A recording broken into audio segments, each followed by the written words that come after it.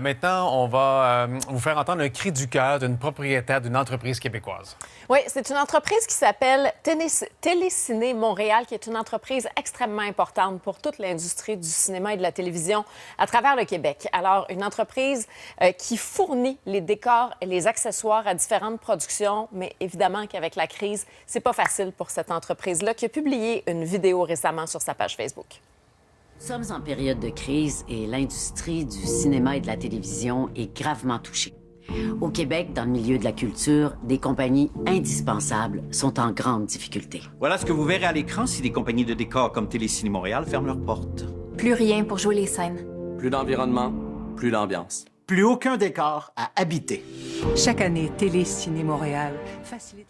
Alors, vous voyez dans quel contexte on est en ce moment et on va parler ce matin avec Isabelle Eugénie Lafortune, qui est présidente administration chez Téléciné Montréal et chef à la décoration. Bonjour Isabelle Eugénie. Bonjour Annie-Soleil. Bonjour Gino. Allô?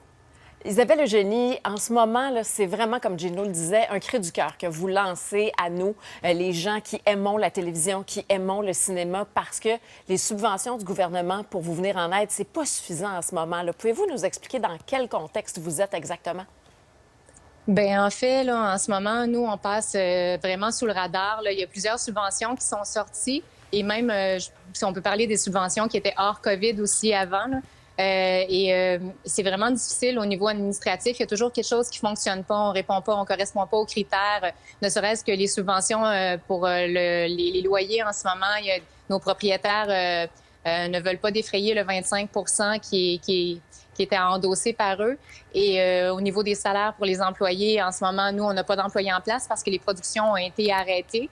C'est en arrêt, puis c'est en train, le milieu est en train de se réinventer, le milieu est en train d'essayer de renouveler les concepts pour essayer de s'en sortir. C'est juste que le temps passe en attendant, puis pour l'instant, ben nous, on n'a aucun revenu, on a des gros frais à payer. Je pense à d'autres collègues aussi avec moi, SOS Décor, de Chantal Paris de SOS Décor, Simon Chamberlain de Espace Costume, et j'en oublie, là, il y en a plein d'autres, mais on est tous dans le même bateau. Oui, et Isabelle Eugénie, votre entreprise, elle est extrêmement importante parce que vous fournissez les accessoires et les décors à environ 90 des productions au Québec. Et si tout ça ne survit pas, ça va être vendu à Toronto, aux États-Unis, et ça va nous coûter le très gros prix ensuite au Québec pour avoir accès à des accessoires et à des décors, là. Oui, vraiment, parce que, tu sais, on a des grandes superficies, on a une richesse ici, c'est des choses qui ont été accumulées à travers les décennies. Ça fait partie du patrimoine. C'est pas des choses qu'on peut retrouver dans des magasins à grande surface. Donc, juste pour donner là, une idée aux gens, quand nous, on loue en général des compagnies comme nous, c'est 15 du prix d'un objet.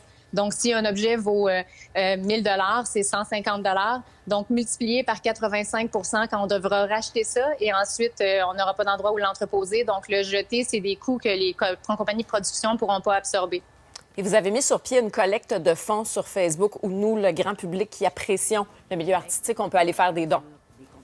Oui, exactement. Mais en ce moment, on se le cachera pas. Ça, c'est seulement un pansement sur le bobo. Ça me permet de rester debout plus longtemps pour me battre, pour essayer d'aller chercher des choses qui vont durer, des choses durables, solides, qui vont servir à mes collègues aussi. Parce que en ce moment, c'est le contribuable qui est en train de nous aider, des gens du milieu, parce qu'on est c'est un microcosme, hein, on se connaît tous en télévision, donc c'est un gros cri du cœur. Puis les gens ont répondu avec beaucoup d'amour, c'est bien le fun, mais en ce moment, c'est ça, on cherche à aller chercher quelque chose de plus solide, là. La page Facebook s'appelle « Sauvons les meubles pendant qu'il est encore temps ». Est-ce que c'est ça? Oui, exactement, exactement. Alors, on souhaite que les producteurs aussi qui vous embauchent et qui font affaire avec vous seront vous supporter dans cette démarche-là. Merci beaucoup et bon succès, bonne chance. Merci beaucoup, Gino. Merci, Annie-Soleil. Merci de m'avoir prêté votre tribune pour en parler. Bien, merci, c'est important. Ouais. Merci beaucoup.